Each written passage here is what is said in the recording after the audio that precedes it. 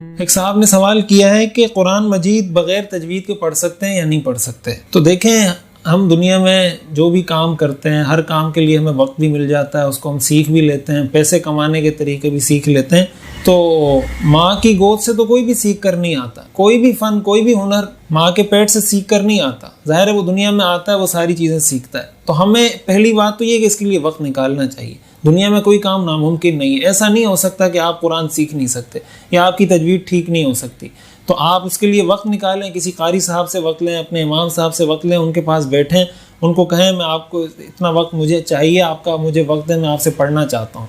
ان کی خدمات حاصل کریں، ان کی خدمت آپ بھی کریں، وہ بھی آپ کی خدمت کریں گے، اور اس کوشش کو جاری رکھیں۔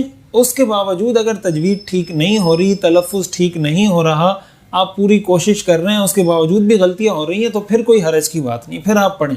لیکن اگر آپ کی تجوید بھی ٹھیک نہیں ہے، تلفظ بھی ٹھیک نہیں ہے، اور اس کے باوجود آپ سیکھ بھی نہیں رہے، تو ظاہر ہے پھر تو یہ آپ کے لیے غلط ہے۔ یہ آپ جو کوتاہی کر رہے ہیں، اس کوتاہی کا گناہ ہوگا۔